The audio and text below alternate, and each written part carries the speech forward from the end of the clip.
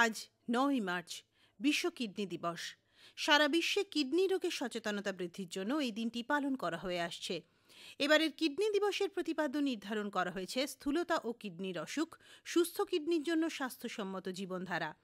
Kidney রোগের ব্যাপকতা ও ভয়াবহতা সম্পর্কে মানুষকে সচেতন করা এবং কিডনি বিকল হলে তার কার্যকারিতা হারানো রোধে প্রাথমিক অবস্থায় কিডনি রোগকে শনাক্ত করে চিকিৎসা করাই মূল উদ্দেশ্য। কলকাতার এনআরএস মেডিকেল কলেজে এ উপলক্ষে এক সচেতনতা শিবির ও কিডনি দিবস উদযাপন অনুষ্ঠানের আয়োজন করা হয়। চিকিৎসক, নার্স থেকে ছাত্রছাত্রীরাও উপস্থিত ছিলেন।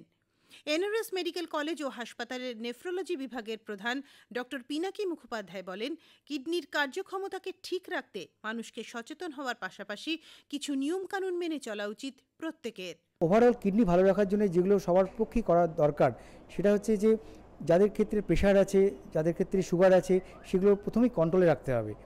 2 নম্বর হচ্ছে পরিমিত জল খেতে হবে। খুব বেশি জল খাওয়া খারাপ, আবার কম জল খাওয়া খারাপ। যার যেমন জলের প্রয়োজন তেমন খেতে হবে। যাদের ক্ষেত্রে অলরেডি কিডনি অসুখ হয়ে গেছে তাদের ক্ষেত্রে কিছু প্রোটিন রেস্ট্রিকশন দরকার। সেক্ষেত্রে কতটা প্রোটিন দরকার ডাক্তারবাবুর পরামর্শ মতো সেই খাবার খেতে হবে। নার্স ও চিকিৎসকরা জানান, কিডনির অসুখ ধরা পড়লে সম্পূর্ণ বিনামূল্যে ডায়ালিসিস ও অন্যান্য চিকিৎসার সুযোগ রয়েছে। আমাদের এখানে এনআরএস মেডিকেল কলেজ হাসপাতালে ডায়ালিসিস ডিপার্টমেন্ট আছে, যেখানে অ্যাডাল্ট ডায়ালিসিস হয় এবং পিডিয়াট্রিক ডায়ালিসিস হয়, এবং পেশেন্টের কিডনির জন্য যা যা ট্রিটমেন্ট দরকার সেগুলোর ব্যবস্থা নেওয়া হয়।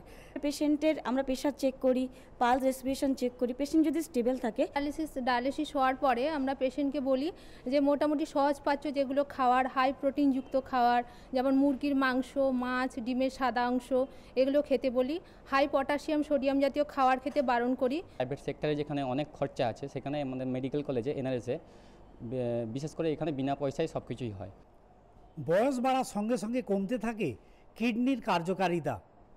তাই কিডনি ভালো রাখতে প্রত্যেক মানুষের উচিত নিয়মিত পরিমিত জলপানের পাশাপাশি যোগাভ্যাস। ক্যামেরাম্যান প্রদীপ ঘোষ, পার্থ চৌধুরীর সঙ্গে সুপ্রকাশ চক্রবর্তী, দূরদর্শন সংবাদ, কলকাতা।